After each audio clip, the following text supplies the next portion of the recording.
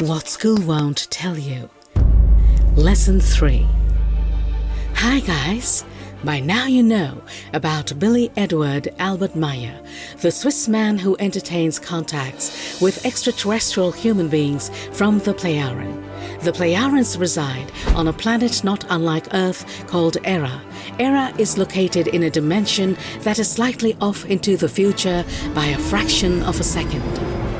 What is it like to be in contact with people from another world? Find out who those extraterrestrials are and the purpose for their visit. How do their spacecrafts work? Can we assume aliens are what science fiction films make them out to be? How close is our science fiction to actual reality, and what is way off? What's the nearest habitable planet? To the ordinary average human being, the vast distances that need to be traversed for interstellar space travel are impossible to grasp, let alone ways to actually cross them.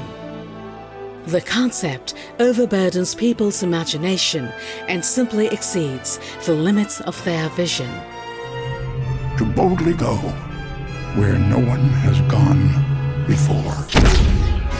Do humans of Earth seriously consider shooting a few oversized rockets into the sky to be the final word in space travel?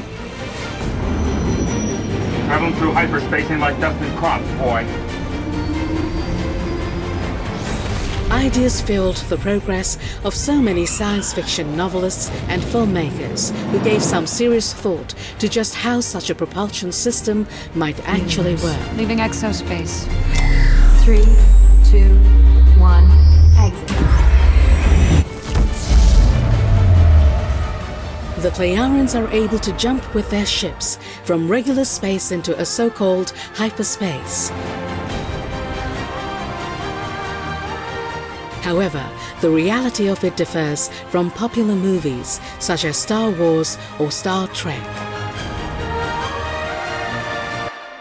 Upon entering hyperspace, space and time are reduced to zero, so any distance in space can be traversed in zero time. This option allows the Plejarens to jump from one side of the universe to the other within a fraction of a second. The movie Event Horizon introduces a system pretty close to the actual facts. Ship doesn't really go faster than light. What it does is it creates a dimensional gateway that allows it to jump instantaneously from one point of the universe to another light years away. How?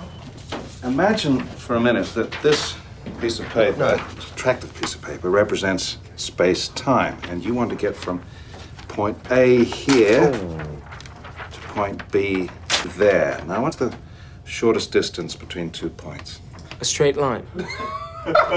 Wrong. The shortest distance between 2 points is 0, and that's what the gateway does. It folds space so that point A and point B coexist in the same space and time. And when the spacecraft passes through the gateway, space returns to normal. But the Plejaren technology does evolve all the time. A few decades ago, they had to use their regular propulsion to travel 3.5 hours away from any planets or solid matter before jumping into hyperspace, so nothing else gets sucked in.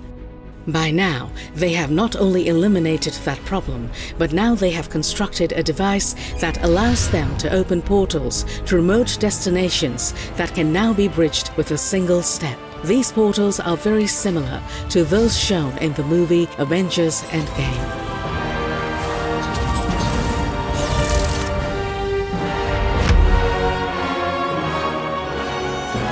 Unlike the movie version, the actual Plejaren portals rely on highly advanced technology, but are controlled through a person's thoughts.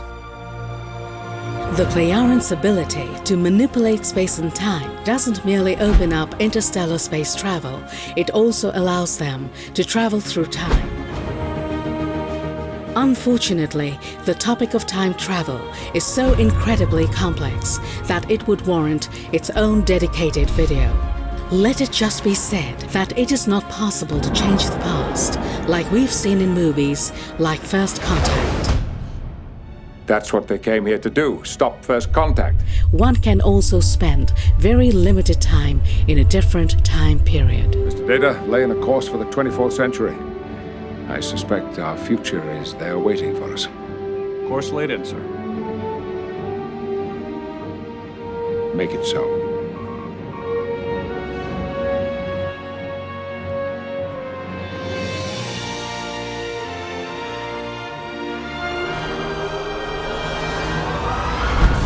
The Plejaren also use another transport system one terrestrial man may know all too well. Who hasn't ever dreamed of being beamed from one location to another like we've seen in countless Star Trek TV shows and movies?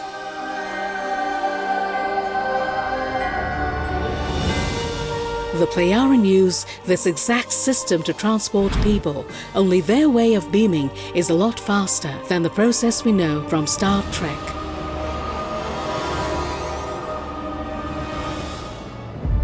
Needless to say, this endeavor requires precise calculations to avoid any mishaps.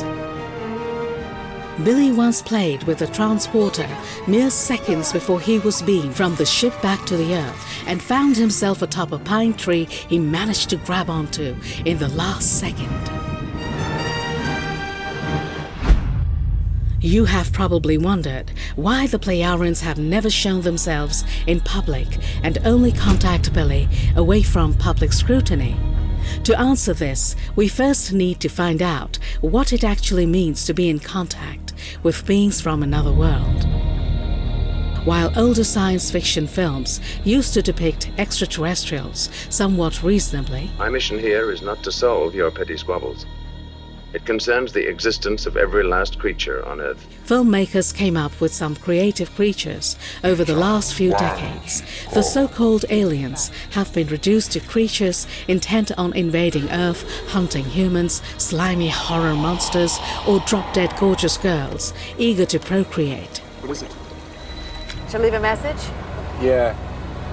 Tell him he's about to copulate with a creature from outer space. I want a baby.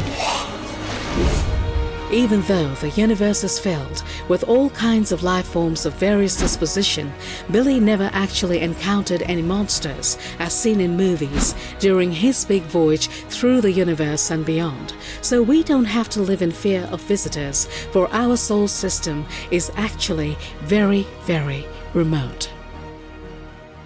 Any official contact, as seen in the film Star Trek First Contact, would be way too soon, as humans of Earth, and especially their governments, are not ready by a long shot. They're really from another world.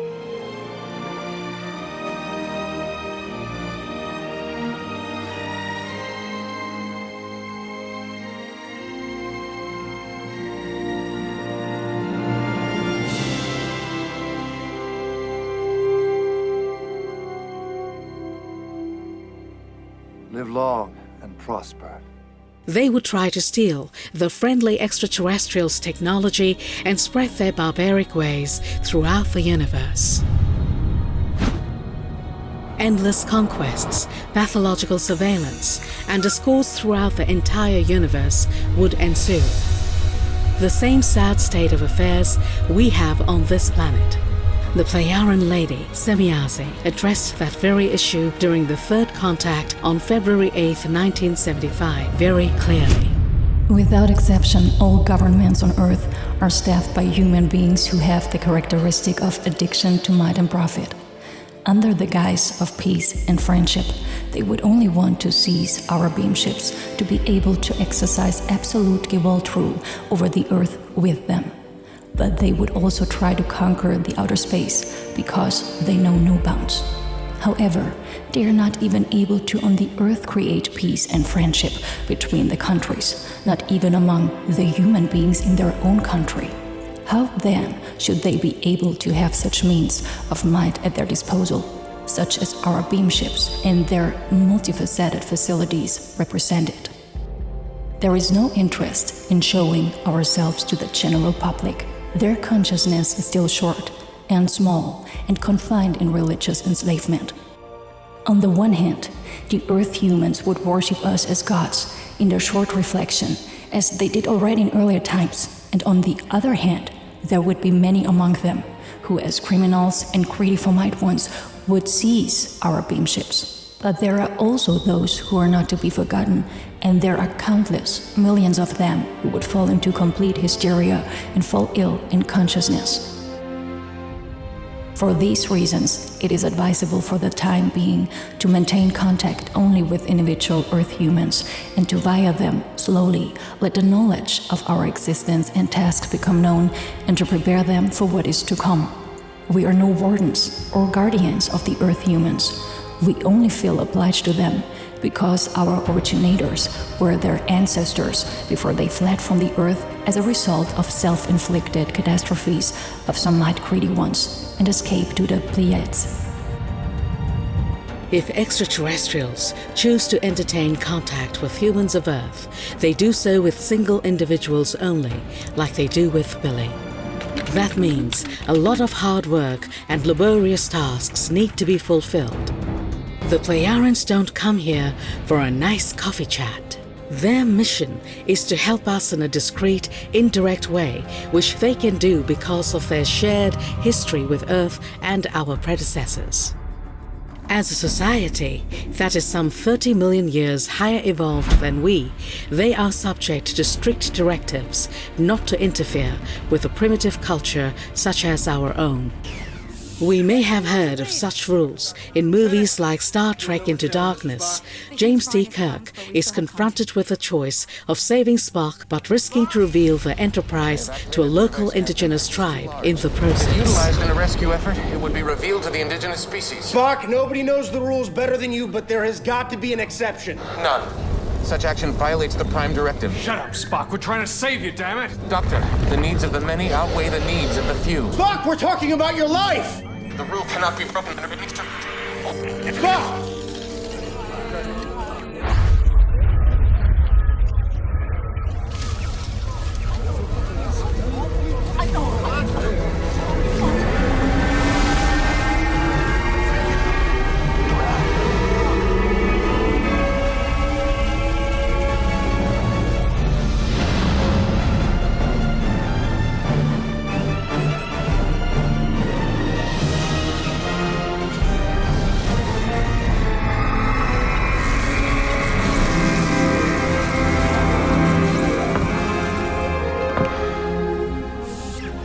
Spock!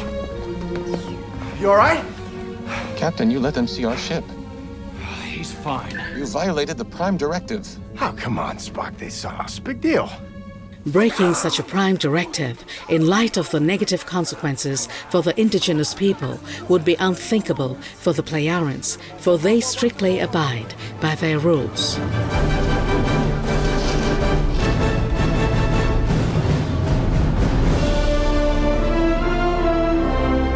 Besides, they have shields that obscure their ships from vision as well as any means of detection. And what of the might of thoughts? The Force from Star Wars. Does that exist? Is it possible to move objects by sheer willpower, much like Yoda did in the Star Wars movie Empire Strikes Back? The Force in Star Wars can be compared to the omnipresent energy of creation. Our entire universe, even creation itself, consists of the purest spiritual energy. The belt of matter is merely 1 out of 7 existing belts that make up our universe. So yes, extremely highly evolved human beings are indeed able to move objects with their thoughts. We have all experienced certain premonitions before, feelings that try to tell us something. These are skills that have become pretty degenerated in our underdeveloped society because our focus, our entire way of life, is based on completely false principles with all the wrong priorities. The Plejarans are true masters in performing feats that appear to us Earth humans as wondrous miracles. The use of such skills against other life forms would cause major harm to the assailant, which is why the Plejaran always strive for a neutral, positive state. This balanced, neutral, positive state should be the ultimate goal of Earth humans. The time has come for mankind to eventually drop their ego and their insatiable craving for material goods and strive for evolution of the consciousness. For we have the choice. Do we want to bash our heads in for another few hundred years? Or do we prefer a Star Trek future where everyone is able to evolve and we search for new worlds? Mr. Sulu, take us out. Hi, Captain.